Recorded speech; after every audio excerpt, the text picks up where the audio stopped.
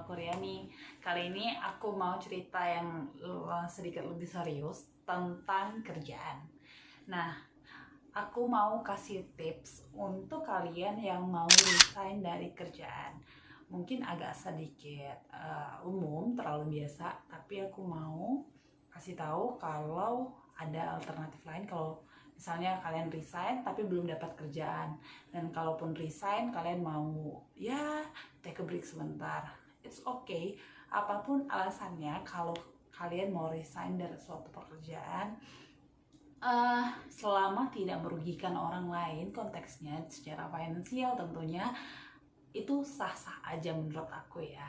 Nah, sebelum kalian resign, tentu kalian bakal yang ngasih namanya statement atau alasan kenapa kalian resign sama perusahaan kalian sebelumnya.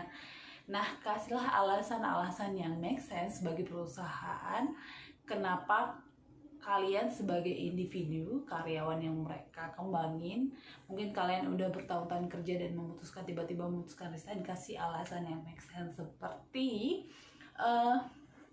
kalian mau kejar pendidikan lebih tinggi, misalnya mau S2 atau S3, atau kalian memang harus terpaksa pindah dari suatu daerah ke tempat yang lain karena keputusan dari keluarga, atau misalnya alasan medis lainnya, kalau kalian butuh treatment lebih lanjut untuk ngatasin pengobatan kalian, sehingga si perusahaan tempat kalian bekerja tidak hanya merasakan kalau misalnya mereka merasa ada yang kurang, tetapi kita memutuskan resign karena itu keinginan kita sendiri untuk hal yang lebih baik bagi kita sendiri. Tapi di luar daripada itu, apapun alasan kalian mau resign itu sah-sah aja, karena ya itu adalah hak kita untuk resign.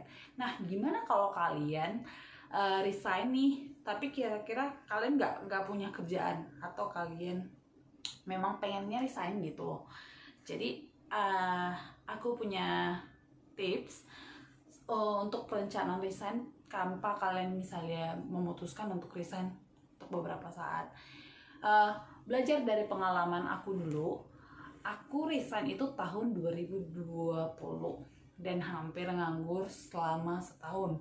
Mungkin teman-teman yang kenal aku tahu lah cerita kenapa aku harus memutuskan untuk resign, dan tahu juga kalau aku hampir 1 tahun itu nganggur. Dan resignku juga bukan tanpa perencanaan yang tiba-tiba aku mutusin untuk resign, tapi aku udah memikirkan apa nih yang bakal aku lakuin, apa nih yang bakal aku kerjakan, dan apa yang menjadi berapa lama aku harus resign. Yang pertama, kalian harus prioritasin dulu tujuan kalian untuk resign itu apa sih, dan alasan yang terbaik untuk perusahaan ketika kalian resign itu apa, karena itu akan berpengaruh terhadap penilaian perusahaan. Mana tahu nih, kita nggak tahu, kalian akan kembali bekerja, di hire kembali oleh perusahaan tersebut untuk bekerja di tempat perusahaan tersebut. Nah, yang kedua, kalian harus mempersiapkan finansial kalian selama kalian tidak mengerjakan apapun atau tidak memiliki income di luar pekerjaan utama kalian. Kalau kalian punya kerjaan sampingan, syukur-syukur bisa ngakomodir pekerjaan kalian yang sebelumnya. Tapi kalau enggak gimana sih? Nah, yang kayak aku bilang tadi, perencanaan resign itu jangan tiba-tiba 1 bulan harus resign, tapi kalian harus punya simpanan setidaknya. Kalau misalnya kalian memutuskan 1 tahun untuk tidak bekerja, untuk resign atau take a break, atau 2 tahun, minimal kalian itu punya finansial itu hitungannya gini. Kalau mau aman itu kalian misalnya punya gaji nih 5 juta. Nah, setahun berarti kan misalnya di luar dari bonus-bonus, THR segala macam, 5 kali 12 berarti 60 juta. Setidaknya 1 tahun sebelumnya kalian itu, atau sebelumnya kalian udah punya tabungan minimal 60 juta untuk mengcover kegiatan kalian selama setahun ke depan ya, kalau misalnya kalian memutuskan untuk resign selama setahun. Nah begitupun kalau misalnya kalian mau resign 2 tahun, 3 tahun, segala macam, setidaknya minimal tabungan kalian itu segitu. Karena kan biasanya kalian udah hidup dengan gaji kalian. Nah kalau misalnya kalian gak hidup dengan gaji kalian, berarti kalian harus menggaji diri kalian dari hasil tabungan yang sebelumnya gitu loh, menurut aku. Nah sekurang-kurangnya ya 75% lah dari itu, biar kalian gak terlalu worry sama yang namanya finansial. Nah setelah untuk kita ngomongin finansial, kita yang ketiga itu pikirkan apa yang mau kalian kerjakan setelahnya. Kalaupun kalian nggak tahu mau ngerjain apa, atau kalian memang mau istirahat, ataupun kalian memang mau belum tahu nih, atau memang mau pergi staycation, it's okay. Apapun itu valid, apapun itu terserah kalian, karena kalian yang menentukan masa depan kalian. Dan kita juga nggak tahu masa depan apa sih yang bakal datang sama kalian. Karena menurut sepengamatan aku, apapun itu buatlah diri kalian bahagia dulu, nyaman dulu dengan kondisi hati atau pikiran kalian, baru kalian boleh mencari apa yang kalian mau selanjutnya gitu loh. Nah bagiku misalnya kalian mau take healing time, it's okay juga. Mau pergi okay, tapi pikirkan finansial yang udah kalian siapkan sebelumnya kan. Nah pengalaman aku setelah 6 bulan aku nggak memikirkan untuk bekerja apa segala macam, kemudian aku mulailah untuk apply kerja. Dan ada dulu yang bilang sama aku, cari kerjaan itu ketika udah resign itu sulit loh, apalagi gaji kalian juga nggak akan sebaik dengan kerjaan yang kalian dapat kalau misalnya kalian kerja sekarang terus tiba-tiba dapat kerjaan, misalnya nggak sempat break.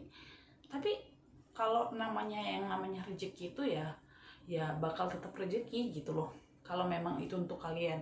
Atau kalian juga bakal di-hire kan, dalam prosesnya juga ada yang namanya interview segala macam. Di situ kalian juga bisa nunjukin kemampuan kalian itu seperti apa, dan balik lagi akan ditanya kenapa resign. Berikan alasan yang terbaik, tapi tidak berbohong ya guys, tidak dalam konteks berbohong.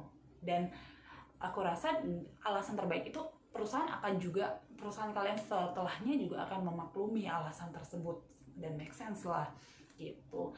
Dan kalau aku mulai apply itu kan banyak, memang sulit apply di tengah-tengah kita juga tahun 2020 sampai tahun saat ini pandemi, memang sulit. Tapi ya nggak ada salahnya dengan mencoba. Dari ratusan lamaran kerja aku yang aku apply, dan dapatlah si perusahaan ini. Hampir 1 tahun, 1 bulan sebelum 1 tahun aku tepat memutuskan resign, aku di-hire sama perusahaanku ini. Dan aku hampir 5 bulanan struggling untuk mencari pekerjaan, tapi aku nggak terlalu worry sama yang namanya finansial, karena sudah aku set up sebelumnya berapa sih kebutuhan aku ketika aku resign, dari mulai biaya kos, makan, terus itu transportasi dan segala macam. Jadi aku nggak worry sedikit pun. Nah itu yang ketiga ya. Balik lagi, kalau bisa nih, kalau aku saranin, selama apapun kalian memutuskan untuk tidak bekerja, jangan lupa upgrade yang namanya knowledge kalian. Kalau kalian merasa kurang dalam satu bidang, tidak ada salahnya self learning. Self learning itu kan sekarang itu banyak yang namanya internet, ataupun baca buku, ataupun segala macam. Jangan lupa untuk upgrade diri kalian. Dan jangan lupa aware juga sama yang namanya, kalau kalian pun dalam masa healing time mencari kerjaan juga, jangan lupa cari kerja itu nggak cuman relasi atau segala macam. Banyak platform website yang penyedia karir juga yang banyak untuk kita bisa ngelamar kerja. Jadi coba dalam segala cara untuk kalian bisa mencari yang namanya pekerjaan itu. Yang keempat, jangan lupa berdoa. apapun itu, segala yang kalian lakukan, apapun yang kalian kerjakan, jangan lupa dibawa doa. Kalau aku percaya namanya mukjizat, gak ada yang gak mungkin. Dan apapun itu pasti bakal, segala usaha bakal ada hasilnya. Dan aku percaya itu. Tadi yang keempat itu terakhir ya. Oke, ini yang benar-benar terakhir. Pastikan dimana kalian berada, lingkungannya itu baik gitu loh. Jangan sampai ketika kalian memutuskan untuk pindah atau resign tidak mendapatkan tempat yang lebih baik, karena itu akan sama membuat kalian berpikir membanding-bandingkan masa lalu dengan saat ini gitu loh, dengan apa yang kalian dapat sebelumnya sama yang saat ini. Jadi terasa menurun, padahal kan itu kan untuk balik lagi ke diri kita sendiri. Hargai apapun yang kalian dapatkan, kalau bisa cari kepuasan kalian sendiri, cari tempat yang terbaik, dan jangan lupa doain untuk semua yang kalian lakukan. Oke guys, itu aja tips dari aku. Kalau kalian memutuskan resign tanpa bekerja dulu ya. See you on the next vlog. Bye bye.